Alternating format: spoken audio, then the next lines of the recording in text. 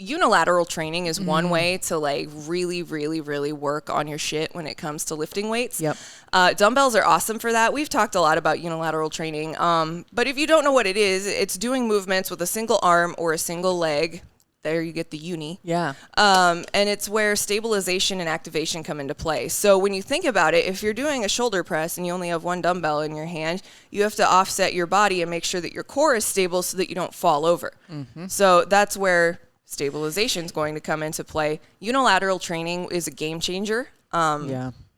I don't know that it's necessarily something you can incorporate it if you're just beginning fitness, but I feel like you should get the baseline movements down first before you foray into unilateral training, because unilateral training is kind of like proofreading your movements. It's going to make your movements better, and it's going to make you super strong. So you want to make sure you have a good foundation in those base movements to begin with. Absolutely. And you want a good foundation anyway.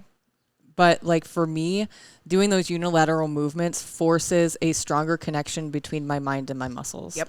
While we're talking about unilateral training, let's talk about muscle imbalances. Oof, man.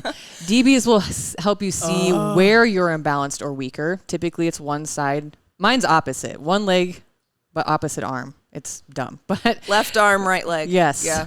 Because you don't have the other arm or leg to help you compensate or overcompensate for the other, the weaker one. Think about that. Like if your right arm is your strong arm and you do a bench press, there is a very real possibility that barbell might be a little higher on the right side. So that's why unilateral training is important. Absolutely. I've been doing a ton of unilateral training lately because I want to balance myself out.